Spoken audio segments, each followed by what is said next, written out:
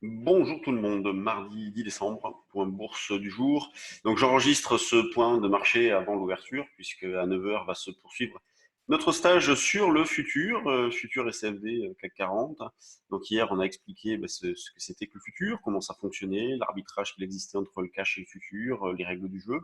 Et puis aujourd'hui on va expliquer notre méthode d'intervention, notre philosophie de trading avant la journée de trading demain et avant le des trading live de jeudi matin. Donc, si vous souhaitez y participer, vous pouvez toujours vous inscrire. Il en est encore temps.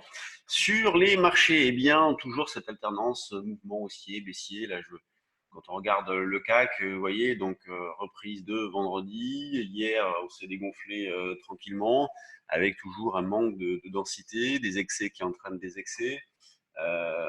Marché qui manque de relais, on voit qu'il n'y a pas vraiment de visibilité. Donc sur les options, on a monté des stratégies qui allaient dans ce sens-là, notamment des ventes de straddle capées, ce genre de choses. On travaille également en synthétique, donc partant du point bas 5007, on a pu acheter quelques calls qui servent dans cette phase de reprise, puisqu'ils nous permettent de vendre d'une manière plus sereine, puisqu'on avait pris par exemple des 5850 qui ont plus que doublé dans cette phase-là. Donc on a pu en sortir une partie et réaliser l'écart, et on s'appuie sur le solde pour vendre des futurs. Donc toujours manque de visibilité, on navigue à vue. Alors hier on attaquait avec un billet plutôt haussier, puisqu'on était au-dessus de 5845,50 qui constitue toujours un petit pivot.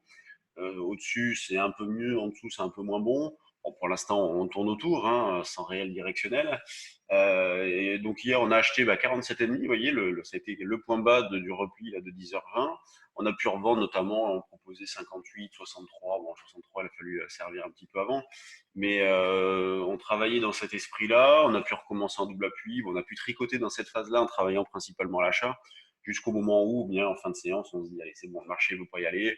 Je vais rester un petit peu sur la touche, on verra demain. Et puis demain, on est où? On est un petit cran en dessous, donc c'est rien de bien méchant.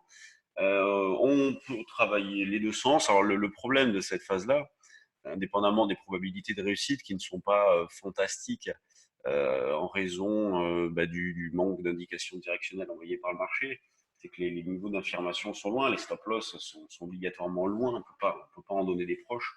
C'est pour ça qu'il est aussi important de s'appuyer sur les options, mais il peut être intéressant aussi de s'appuyer donc sur les turbos, vous voyez, de réaliser des écarts via les turbos. Donc on va prendre des turbos à maturité pour des strikes un petit peu plus proches. Par exemple, hop, on remonte ici. Vous voyez, on peut essayer d'acheter par exemple sur 5000, dans la zone 5790, 5800, eh bien on peut essayer d'acheter du call. Alors, il ne faut pas le prendre trop proche, bien évidemment, mais pourquoi pas autour de 5007, vous voyez, 5680, prendre ce strike-là. Du 5680, 70 pourrait être pas mal. Il est où? Voilà, c'est ici, 80, 70. Prenez les chances proches, c'est pas la peine d'aller chercher, oui, là je vois février, il faut aller sur décembre. Prenez par exemple ça, du 20 décembre, dans l'idée donc de l'acheter sur 5790, 5800 pour viser 5850, voire 70 les derniers plus hauts. Sur rebond, eh bien, c'est plutôt des puts que nous allons acheter. Hop, je vais prendre l'échéance de décembre, donc du 20, comme ça va limiter déjà. Et donc un petit peu moins de strike.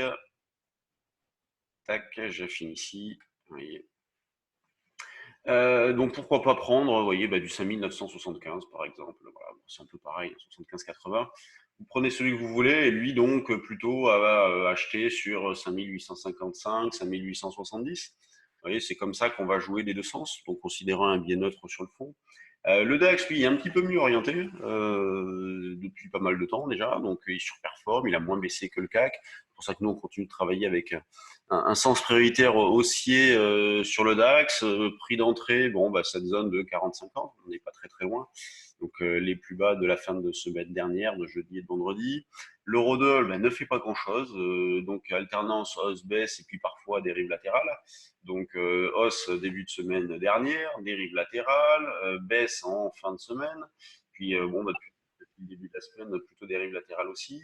On cherche à vendre sur des rebonds, donc vers 10 et 90 notamment. Donc, c'est le niveau de vente que l'on proposait hier qui n'a pas été atteint, mais on peut recommencer dans cet esprit-là ce matin. Sur les actions, donc bon, qui ne sont pas ouvertes, qui vont ouvrir dans un petit quart d'heure, on surveillera Sanofi qui a décidé d'arrêter la recherche dans le domaine du diabète et du cardiovasculaire, qui a annoncé également un plan d'économie de 2 milliards. On a Valeo aussi qui prévoit une croissance organique de 5% et un doublement de sa génération de cash flow d'ici 2022. Donc, des petites news sur les sociétés, donc à surveiller donc avec une ouverture dans 15 minutes pour les actions. Donc, pas vraiment de sens prioritaire sur le CAC, on se travaille aussi bien à l'achat que la vente. Le DAX plutôt à l'achat sur 13 40-50 et l'eurodoll à la vente. Voilà le résumé du jour. Sur ce, bonne séance et puis à demain.